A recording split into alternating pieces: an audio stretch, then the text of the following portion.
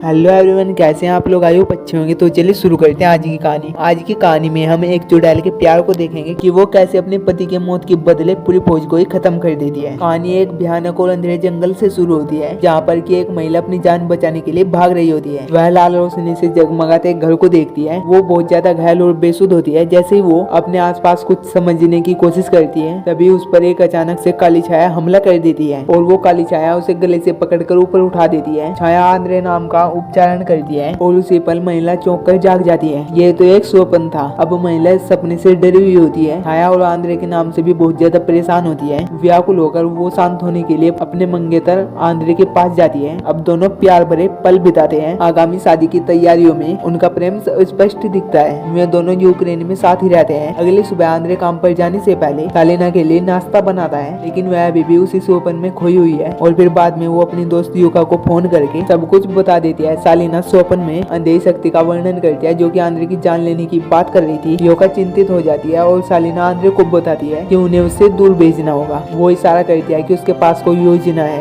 बाद में सालिना और आंद्रे अपनी सालगिरह मनाते हैं। अपने प्यार और खुशी को संजोते हुए वे दोनों पार्टी की योजना बनाते हैं, लेकिन उनकी खुशी ज्यादा नहीं टिकती। कहानी 2022 में यूक्रेन पर रूसी हमले के दौरान घटित होती है। हमला देश में दहशत फैला देता है और रूसी सैनिक लोगों को उठा ले जाते हैं और अपना डर फैलाने लगते हैं। कई यूक्रेनी खतरे से बचने के लिए अपने ही घरों में छिप जाते हैं। अपनी जान बचाने के लिए सालिना और आंद्रे यहाँ से भागने का फैसला करते हैं। रूसी कब्जे में है और फिर सालिना सुझाव देती है कि वे चाची यागो के घर पर जाएं, जो कि यहाँ से एक दूर के जंगल में है। अब आंद्रे मान जाता है और वे अपनी कार में निकल पड़ते हैं, लेकिन तभी रास्ते में उन्हें रूसी सैनिक रोक लेते हैं। वे रूसी सैनिक तलाशी लेते हैं और पूछताछ भी करते हैं। आंद्रे शांत रहता है, लेकिन सैनिक सालिना को परेशान करने लगते हैं। चीजें तब बिगड़ जाती है जब वो सालिना को अपने घिनौने मकसद के लिए ले जाने की गुजारिश करते हैं। अब मुखिया भी मान जाता है जब सिपाही सालिना को छूने लगते हैं और आंद्रे अपना गुस्सा नहीं रोक पाता। वो इन रूसी सैनिकों पर हमला कर देता है। वो एक आदमी को मार डालता है और दूसरे को घायल कर देता है। अफरा तफरी में आंद्रे और सालिना भागने में कामयाब होते हैं और जल्दी चाची यागो के घर पर पहुंच जाते हैं। वहाँ पर पहुंचकर सालिना अपने घायल कुत्ते की मदद करने लगती है और वो अपने कुत्ते को चाची के पास इलाज करने के लिए दे देती है। लेकिन जब वो अपने हाथों पर खून देखती है तो उसे लगता है कि आंद्रे के साथ जरूर कुछ न कुछ गड़बड़ी जरूर है। आंद्रे को देखकर उसे पता चलता है कि आंद्रे को गोली लगी है, जो कि उसे छूकर निकल चुकी है। आंद्रे को गंभीर रूप से घायल कर दिया। सालिना आंद्रे को बचाने की हर मुमकिन कोशिश करती है, लेकिन आंद्रे के जख्म बहुत ज्यादा गहरे होते हैं और आंद्रे अपने जख्मों की वजह से अपने दम तोड़ देता है, जिससे कि सालिना बहुत ज्यादा टूट जाती है। सालिना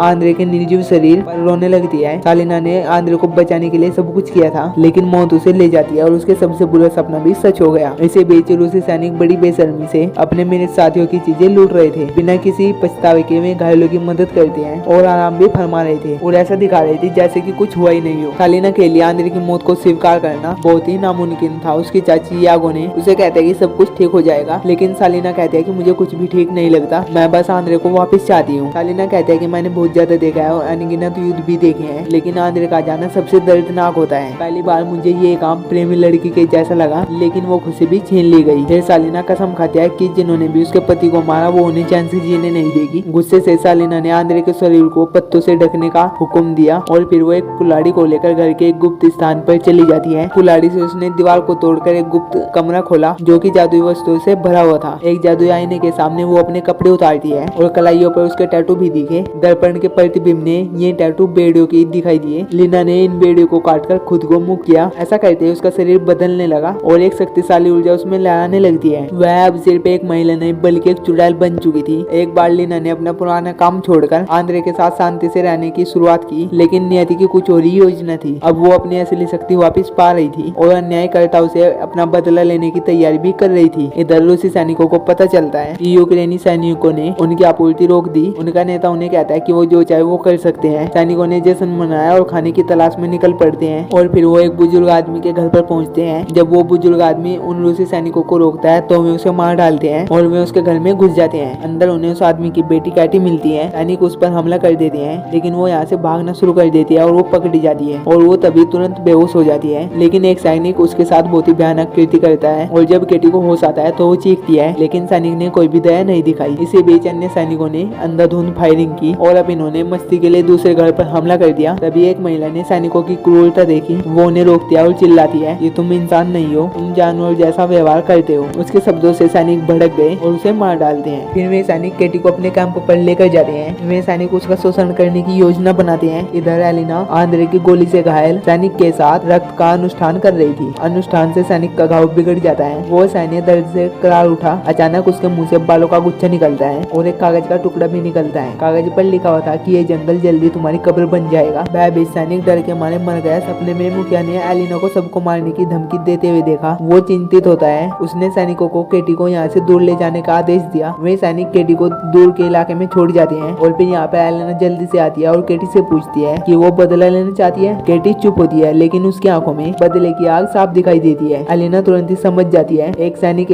पेशाब करने के लिए जाता है और मूत्र में खून देखकर घबरा जाता है। इसी बीच दो अन्य सैनिक दिखाए गए। एलिना एक को बस में करने की कोशिश करती है, लेकिन उसकी फैमिली फोटो को देखकर वो रुक जाती है। लेकिन दूसरे सैनिक को पैसों से लुभाया और वो लालच में आ जाता है। अगली सुबह सभी सैनिकों के फोन पर एक संदेश आता है कि इस जंगल में तुम्हारी सभी की कब्रें खुदेंगी। ये मैसेज देखकर सभी सैनिक डर गए और कमांडर ने भूत प्रेत पर यकीन न करने का आदेश दिया। उसने इसे दुश्मनों की चाल बताया और अपने सैनिकों को सतर्क रहने के लिए कहता है। अचानक एक सैनिक सभी को जंगल में लेकर जाता है, जहाँ पर कई लकड़ियों की गुड़िया लटक रही थी। वहाँ पर उन्होंने अपने एक साथी को पेड़ से बंधा हुआ पाया। बाल उखड़े, होठ सिले और पेट घायल होता है। इस भयानक दृश्य ने सभी सैनिकों को हिला दिया। जैसे ही एक सैनिक मदद के लिए बढ़ता है, बंधा हुआ सैनिक एकदम से फट जाता है। एलिना ने यहाँ पर बम का जाल बिछाया हुआ था। इस बात से सभी सैनिक गुस्से में आ जाते हैं और वे सभी सैनिक मदद करने वाले सैनिक को दोषी ठहरा देते हैं। उधर अब एलिना एक बड़ा अनुष्ठान कर रही होती है, जिसमें कि उसने राक्षसों को बुलाकर अपनी शक्ति बढ़ाने का निर्णय लिया। दूसरी ओर युका घर से निकली और आसमान से मरे हुए पक्षी गिरते हुए देखे। डरकर वह एलिना के पास गई और कहती है कि अनुष्ठान बहुत आगे बढ़ गया। ये एलिना के लिए भी बहुत ज्यादा खतरनाक था। चाची समझाती है कि अगर तू अभी नहीं रुकी तो तुम्हें परिणाम भुगतने होंगे। एलिना कहती है कि उसे अपनी परवाह नहीं है, वो बदले के लिए कुछ भी करेगी। वो कहती है कि मर भी गई उसे कुछ भी फर्क नहीं पड़ेगा। तभी उसकी चाची उससे कहती है कि मैंने तुम्हें चुड़ैल बनाकर एक नया जीवन दिया और अब तुम मुझे यूं अकेला ही छोड़ रही हो। लेकिन एलिना उसे पूरी तरीके से नजरअंदाज कर देती है। इसी बीच एक सैनिक को अपनी पत्नी और अपनी बेटी की खून से सनी हुई तस्वीर मिलती है।